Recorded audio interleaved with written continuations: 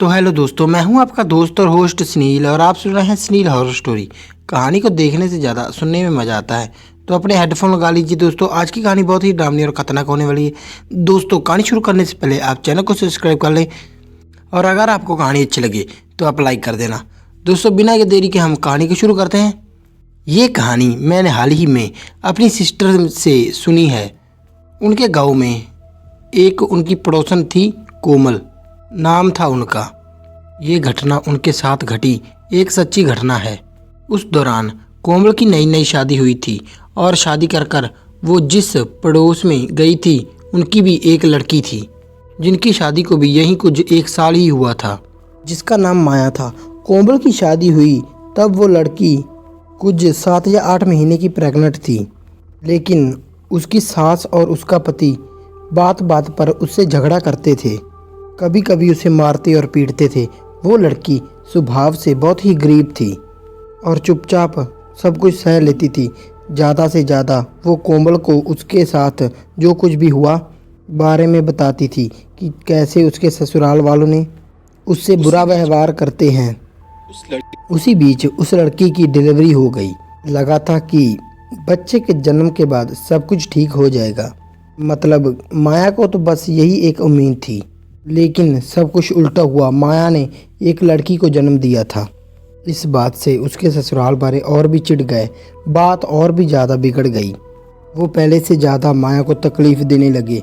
उस हालत में भी वो माया से सारा घर का काम करवाते थे। कोमल भी वो सब देख रही थी, लेकिन उन्हें समझाना उसके बस की बात नहीं थी। वो बस माया को ये समझाती कि तुम ये नरक छोड़कर अपने मायके चली जाओ, लेकिन वो मायके जाने से भी डर रही थी। इस हालत में भी वो उसके घर का और बाहर का सारा काम करना पड़ रहा था। घर वाले तो ठीक से उसे अपनी बच्ची का ख्याल तक नहीं रखने देते थे। दूध पिलाने बैठती तो बच्ची को खींचकर दूर कर देते, इसीलिए वो अपनी बच्ची को ज़्यादातर कोमल के पास ही छोड़ देती थी। ऐसे ही कुछ महीने बीत गए। माया वो सब सहती रही। कोमल की भी शादी को तब कुछ 8 महीने बीत चुके थे और फिर एक त्यौहार आया और उसी के साथ ही कोमल के मायके में कोई बड़ा फंक्शन भी था। कोमल को मायके जाना था करीबन 20 या 22 दिनों के लिए। अपने मायके जाकर उसने खूब आराम किया, खूब मज़े किए और फिर वापस अपने ससुराल आ गई।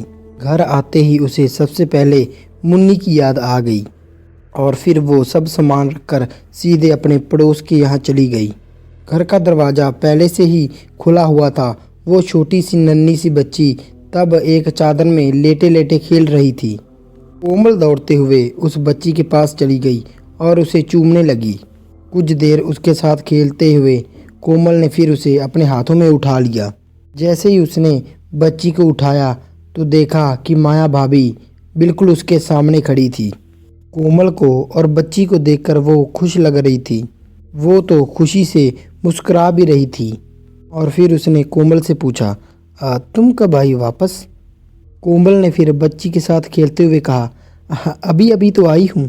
मुन्नी की मुझे बहुत याद आ रही थी, इसलिए सब कुछ छोड़कर सबसे पहले यहाँ चली आई जैसे ही यहाँ पर आई।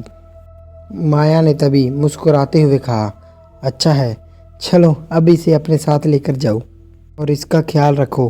कोमल ने फिर से बच्ची को चूमते हुए ही कहा, ये भी कोई कहने की बात है भाभी, अब तो ये मेरे पास ही रहेगी। और तभी कोमल को उसके घर से किसी ने आवाज़ दी। कोमल बच्ची को उठाकर अपने घर चली गई। घर जाने पर उसकी सास ने उससे पूछा, किससे बातें कर रही थी तुम? वो दोनों मकान अगल बगल में थे तो उन्हें एक दूसरे की बातें भी सुनाई देती थी। कोमल ने बच्ची को नीचे रखते हुए कहा, और किससे माँ जी? माया भाभी से। और कोई तो है भी नहीं वहाँ पर बात करने के लायक। उसकी ये बात सुनकर उसकी सासू माँ के चेहरे का रंग उड़ गया। कोमल ने वो देखकर आश्चर्य से पूछा, क्या हुआ? आप मुझे ऐसे क्यों देख रही हो? उसकी सास ने उसे घबरा कर पूछा, क्या तुमने सच में माया को देखा? हाँ हाँ माँ जी, सच में माया भाभी ही थी और उन्होंने मुझे तो बच्ची का ख्याल तक रखने के लिए कहा। ये बात सुनकर सासू माँ तो जैसे नीचे ही बैठ गई सिर पकड़कर, जैसे उसे इस बात का सदमा लगा हो। कोमल उनके पास चली गई और उन्हें संभालते हुए पूछा, हुआ क्या है माँ जी? तो कोमल की माँ ने तब उसे साथ ले जाकर पूरी बात बताई। बेटा, तेरे जाने के 2 दिन बाद ही उसके घर वालों ने उसे बहुत पीटा था। दिन भर उसे घर से बाहर रखा।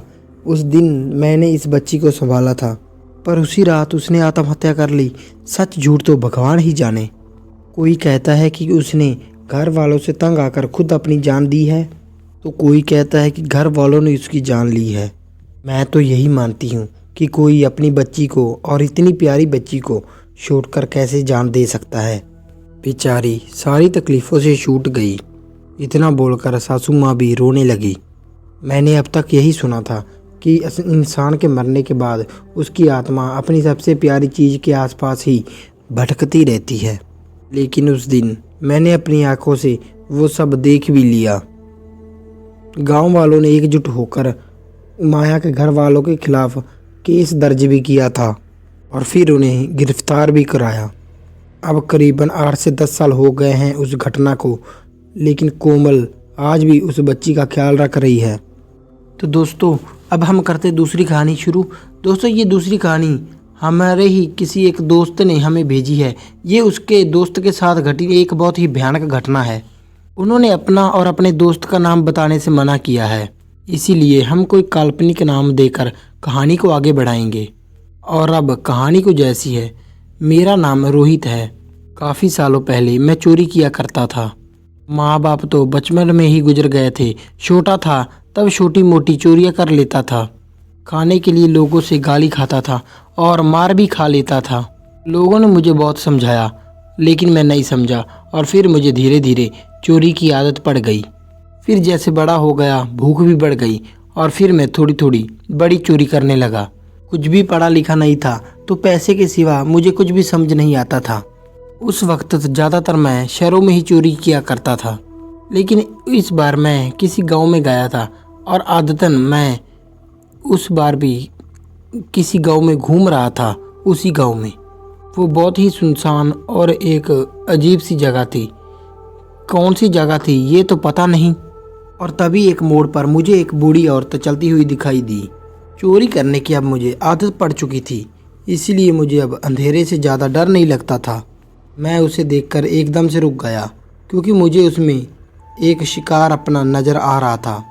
उसके हाथ में एक बड़े थैले जैसा कुछ था, जिसमें से चलने के साथ साथ कुछ खड़खड़ाने की आवाज़ भी आ रही थी। मैंने कुछ इंतज़ार किया और ध्यान से देखा। मैंने देखा कि वो बुढ़िया बार बार कुछ कदम चलने के बाद फिर से नीचे बैठ रही है। शायद ज़्यादा दूर चलने में उसे तकलीफ़ हो रही थी। मतलब तो साफ था कि मेरा पीछा करना उसके बस की बात ही नहीं थी। तो आखिरकार मैं थोड़ा तेज़ चलते हुए झाड़ियों के बीच से एक जगह पर जाकर छुप गया। अगली बार जब मैंने उसे नीचे बैठा देखा, तो अंधेरे में छुपते हुए मैं उसके पीछे जाकर खड़ा हो गया और उसके बाजू में रखा हुआ थैला उठाकर मैं वहाँ से भागने लगा। मुझे लगा कि वो अपना सामान चोरी होने बाद चिल्लाएगी, लेकिन भागते हुए जब मैंने पीछे भी देखा, तो वो बुढ़िया वहीं पर बैठे बैठे एक अजीब तरीके से मुझे घूर रही थी। एकदम शांति से मैंने कुछ देर जाकर रुकते हुए थैले को फिर से एक बार हिलाकर देखा। उसमें से फिर से वही खनखनाहट की आवाज़ आ रही थी। मैंने एक नज़र फिर से उस बूढ़ी की ओर देखा और एक मुस्कुराहट के साथ मैं वहाँ से आगे चला गया। आगे जाकर मैं एक शांत जगह पर रुक गया। वहाँ पर एक बिजली का खंभा था और उसके ऊपर ही वहाँ बल्ब जल रहा था। मैं वहीं बल्ब की रोशनी में एक पत्थर पर बैठ गया। वहाँ जब मैंने आसपास नज़र घुमाई, तो वो बहुत ही शांत जगह थी। आसपास कोई नहीं था। मैंने धीरे से उस थैले को उठा लिया और तब मैंने उसकी चेन खोलकर उस थैले के अंदर देखा। जब मैंने थैले के अंदर देखा, तो मेरा दिमाग सुन्न रह गया। मेरा पूरा शरीर कांप उठा, मेरे रोंगटे खड़े हो गए। मैंने जल्दी से उस बैग को झटक फेंक दिया दूर और उसी पल ही मैं किसी लकवा मारे इंसान की तरह नीचे गिर पड़ा। उस थैले में किसी औरत का कटा हुआ सर था, जिस पर सिंदूर पोंता हुआ था। उसके अंदर कुछ कंगन थे और कुछ पैसे थे और एक लाल कपड़े में उस सर को लपेट कर रखा हुआ था। लेकिन जैसे ही मैंने उस थैले के अंदर देखा, तभी उस कटे हुए सर ने भग करके अपनी आंखें खोल दी। एकदम से घबरा गया था। जैसे ही वो थैला नीचे गिरा तो उसमें से एक कटा हुआ सर लुढ़कता हुआ बाहर आ गया। वो कटा सर अपने एक कान के बल पड़ा हुआ था और उसका चेहरा ठीक मेरे चेहरे के सामने था। मैं अपने शरीर को झटक रहा था ताकि मैं वहाँ से उठकर भाग जाऊं, और लगा कि जैसे मुझे किसी ताकत ने जकड़ रखा है। तभी उसी कटे हुए सिर ने अपनी आंखें मेरी ओर टिकाई रखी और फिर अचानक से उस आंखों की पतलियां हिलने लगीं उस कटे हुए सिर की, जैसे आंखों में जान आ गई हो। वो देखकर तो मैं और भी डर गया और वहाँ से उठने के लिए झपटपटाने लगा, लेकिन मेरा शरीर मेरे काबू में नहीं था और अब उसके कटे हुए सिर के होंठ हिल रहे थे, जैसे वो कुछ बोलना चाहती हो। जिंदा रहना चाहते हो तो जिससे मुझे चुराया है उसे जाकर वापस कर दो। मैंने वैसे ही पड़ी हुई हालत में अपना सिर हाँ में हिलाते हुए जवाब दिया और तभी मेरे शरीर में से दबाव कम होने लगा। मैं जल्दी से उठ गया और तभी मैंने उस कटे हुए सिर को और वहाँ पर पड़े हुए सामान को उस थैले में पा दिया, मतलब डाल दिया, और वापस उसी दिशा में दौड़ने लगा जहाँ से भागकर आया था। वो बूढ़ी औरत अब भी वहीं पर बैठी हुई थी। मैंने जाकर वो थैला उस औरत के सामने रख दिया और अपने हाथ जोड़कर उससे अपनी जान की भीख मांगने लगा। वो बूढ़ी औरत मुझे बस अजीब तरीके से घूर ही रही थी। उसने अपना सिर हिलाकर बस मुझे वहाँ से जाने का इशारा किया। मैं दुगनी रफ्तार से वहाँ से भाग खड़ा हुआ। मैंने तो एक बार भी पीछे मुड़कर नहीं देखा, बस दौड़ता रहा। दोस्तों, उस दिन के बाद मैंने फिर कभी चोरी नहीं की। चोरी करने की तो फिर मेरी कभी हिम्मत ही नहीं हुई। तो दोस्तों, अब हम करते हैं तीसरी कहानी शुरू। दोस्तों, तीसरी कहानी का नाम है हिरवा भूत। दोस्तों, इसे कई लोग हिरवा के नाम से भी जानते हैं। और ये कहानी सुनकर आप मुझे बताइए कि आपके यहाँ इस भूत को किस नाम से जाना जाता है। मेरा नाम भालू शाही है और मैं एक ट्रक ड्राइवर हूँ। साल 1995 और 1997 में मैं एक प्राइवेट एजेंसी का ट्रक चलाया करता था। मेरे साथ गाड़ी में एक हेल्पर भी था। मुझे अब उसका नाम तो ठीक से याद नहीं मुझे, क्योंकि इस घटना को अब काफ़ी साल बीत चुके हैं। ऐसे ही एक रोज़ हम ट्रक में फल और सब्जियां लाद कर कोल्हापुर से मुंबई की ओर जा रहे थे। तब हम सतारा से होकर जाते थे। रात का वक्त था और मेरे साथ जो हेल्पर था उसका सतारा में किसी गांव में एक ज़रूरी काम था। तो हम सतारा से आगे जाने के बजाय अंदर में एक गांव के बीच चले गए। वहीं उसके रिश्तेदारों के यहाँ हमने खाना खाया और मुंबई मार्केट जाने के लिए निकल पड़े। हम उस रात गांव से होते हुए गुजर रहे थे। बारिश का मौसम था, हल्की हल्की बारिश भी हो रही थी। रात काफ़ी हो चुकी थी और मेरे लिए वो रास्ता अनजान था। मेरे साथ जो हेल्पर था उसे वहाँ के रास्तों का ठीक से पता था, तो मैं उसके बताए हुए अनुसार रास्ते पर जा रहा था आगे आगे। काफ़ी देर बाद हम एक ऐसे रास्ते पर थे जहाँ का रास्ता बहुत ही ख़राब था और वो रास्ता पहाड़ों से होते हुए गुजर रहा था, किसी घाट जैसा। वहाँ से गुजरते हुए हमें रास्ते पर एक आदमी चलते हुए दिखाई दिया, जो कि अपने हाथ में थैला पकड़े हुए आगे आगे चल रहा था। वो आदमी भी चलते हुए उसी घाट को उतर रहा था। सर पर पगड़ी और सफ़ेद कुर्ता पहना हुआ था। दिखने में तो वो आदमी वहीं कहीं आसपास का रहने वाला लग रहा था। ट्रक को करीब आता देख वो रास्ते के किनारे हो गया और उसने गाड़ी को हाथ दिखाया। मैंने ट्रक को रोककर उससे कुछ पूछताछ की। उसने हमें बताया कि वो इसी रास्ते पर उसका आगे कहीं गांव है और इतनी रात को उसे कोई गाड़ी ना मिलने के कारण वो चलकर जा रहा था। फिर हमने उसे गाड़ी में बिठा लिया और वो आदमी बैठे बैठे फिर यहाँ वहाँ की अपने गांव की बातें करने लगा। और फिर बातें करते करते एक जगह वहाँ पर ऐसी आई कि जहाँ पर घुमावदार रास्ता था जो कि तेज घूमकर सीधे नीचे ही उतर रहा था। रास्ता बहुत ही ख़राब था और ऊपर से बारिश, और उसमें वो रास्ता बहुत तेज घुमावदार होने की वजह से मैं भी गाड़ी को बहुत ही धीमा चला रहा था। और उसके आगे कुछ दूर हम तीनों को भी रास्ते के किनारे एक औरत दिखाई दी। तब मेरे हेल्पर ने मुझे ये भी कहा था कि ये औरत इतनी रात को क्या कर रही है यहाँ पर, और वो भी अकेली, जबकि यहाँ पर आसपास कोई गांव कोई घर नहीं है। लेकिन हमारे साथ वो जो दूसरा आदमी था वो उस औरत को बिल्कुल गौर से देख रहा था। औरत ने हरे रंग की साड़ी पहनी हुई थी और उसके हाथ में हरे रंग की चूड़ियाँ भी थी, लेकिन उसका चेहरा हमें नज़र आ नहीं रहा था। बारिश के कारण शायद वो अपना चेहरा नीचे झुकाकर खड़ी थी। और आगे जाने के बाद उस औरत ने भी मतलब गाड़ी रोकने के लिए अपना हाथ दिखाया। हम थोड़ा और आगे बढ़े और तभी हमारे साथ जो आदमी था उसने दबी आवाज़ में मुझसे कहा, यहाँ गाड़ी बिल्कुल मत रोकना, उसे गाड़ी में बिल्कुल मत बैठाना। मैंने जब उसकी ओर देखा तो वो थोड़ा घबराया हुआ लग रहा था और वो अपना सर झुकाकर नज़र चुराकर उस औरत की ओर ही देख रहा था।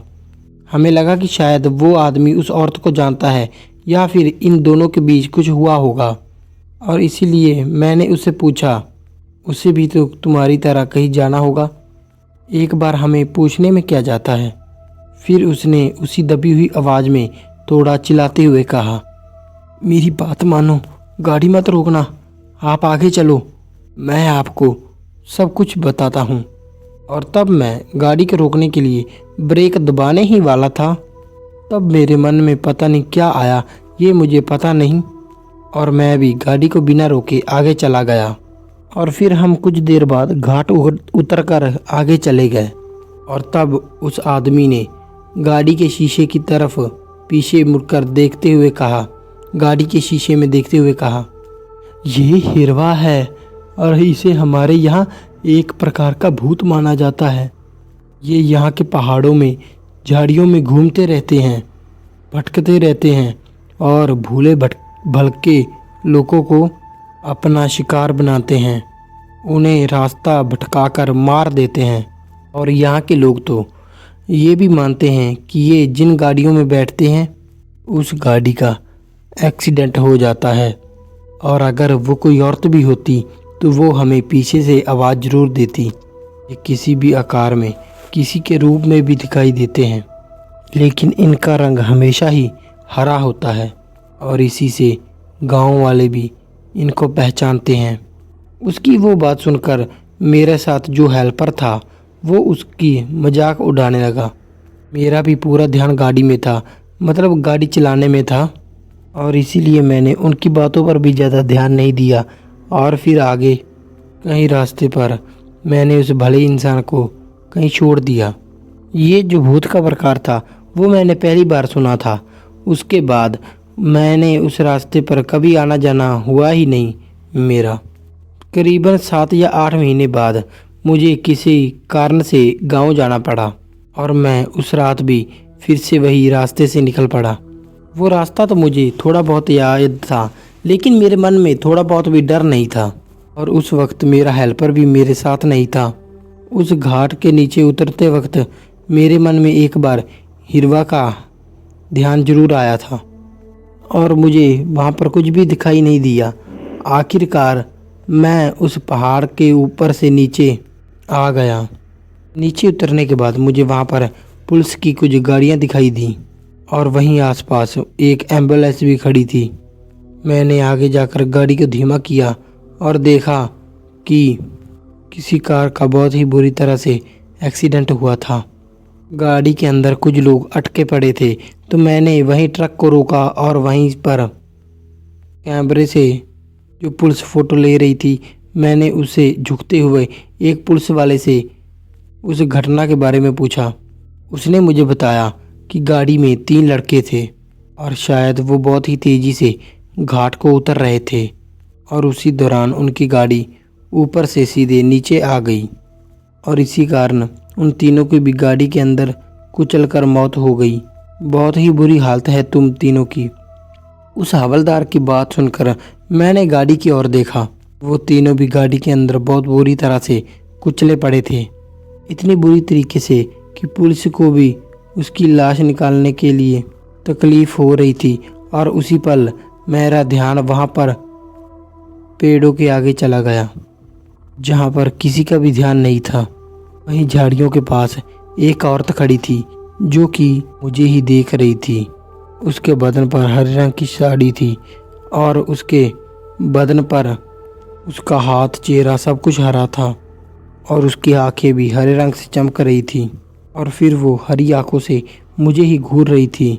उसे देखकर मैं एकदम से सहम गया और सीधा बैठ गया। उस पुलिस वाले ने मुझसे पूछा, आपको कहाँ जाना है?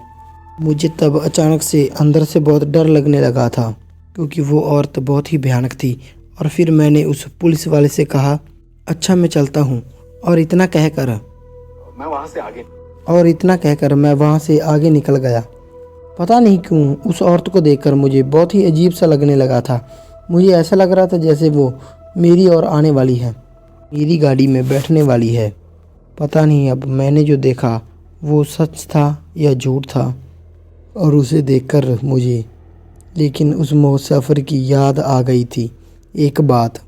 यहाँ पहाड़ों में झाड़ियों में हिरवा नाम का एक भूत रहता है जो यहाँ के भटके हुए लोगों को अपना शिकार बनाता है। और जो यहाँ से गाड़ी गुजरती है और वो उन गाड़ियों में बैठ जाते हैं, और जो उन गाड़ियों में बैठते हैं जो साथ होते हैं उनका भी एक्सीडेंट हो जाता है। जिसकी भी गाड़ी में वो बैठते हैं वो भूत उन्हें मार देता है। तो दोस्तों, आपको ये कहानी कैसी लगी?